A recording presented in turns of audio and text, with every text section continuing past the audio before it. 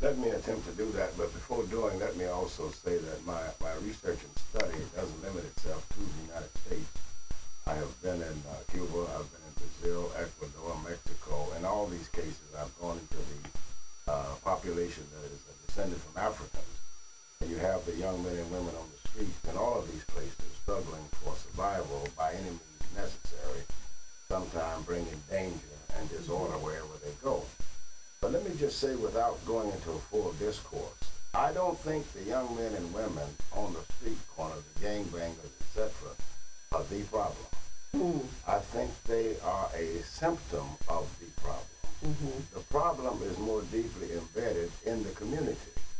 Now, in Brazil, for example, and also in Cuba and Ecuador, you'll find all over the Spanish and Portuguese-speaking world, there are, and also in the Caribbean, there are people of African descent who do not refer to themselves as black. And although they know that their grandmother was from Africa or whatever, or great-grandparents, not that they don't claim to be descendants of Africa, but they don't claim to be black for the reason I said a minute ago, because such a negative connotation is given to black, and whether you're in Esmeraldas, Ecuador, whether you're in Rio de Janeiro, Salvador Bahia, Havana, Cuba, Santiago, all over, there's this negative association. And let me also say that there are more people of African descent in Brazil alone than here. There's almost 100 million people in Brazil, 90 million to be more specific, who are of African descent, and they have the same problem there as we do here. So when I say the problem for the young man and the young woman on the street, although it's a menacing problem, and I'm afraid of myself, quite frankly, but they are not the problem. We have some fundamental moral problems. And I talked about this last time in terms of what you have to do to people to make them slaves. In order to make people, whether you're in Brazil or Ecuador or wherever you are, Cuba, in order to make people slaves, you've got to induce into their mind a state of dependency. They've got to feel helpless and dependent.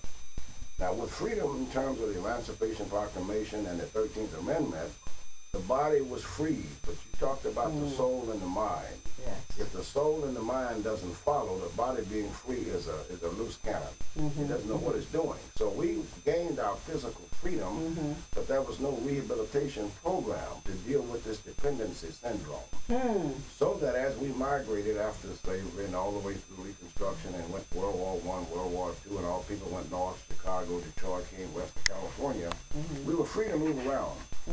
But we didn't have the knowledge of the responsibility. And that dependency thing just kept being there. Every time we wanted to face a hostile world of competition, we'd always fall back on our dependency behavior. Now, sometimes it was drugs, sometimes it was alcohol, sometimes it was bad relationships, bad marriages, and quite frankly, I don't want to get off into it, but sometimes it was dependency on religion and so forth and so on. So in every situation, people became dependent. Now let's go back to the young guys on the street. After the Martin Luther King-led civil rights movement of the 1960s, people who became free once again, this was the second emancipation, had a real repulsive to anything that looked like going back into slavery. And the kind of jobs which were available for people without skills and education were lower-ranking jobs that put you in direct contact with people who had formerly been your slave masters or descendants of them, and it became a hostile environment which kind of made it like wage slavery. So a lot of people declared that they're not going to work in that labor force where they're still treated like dirt. And so, and they picked that up from the older generation. My generation, I'm 73 years old. I know I don't look it, but I am. But my generation had a lot to do with that because we were angry in the 60s and 70s. And we started calling white people honkies and all that stuff, said loud, I'm black and I'm proud.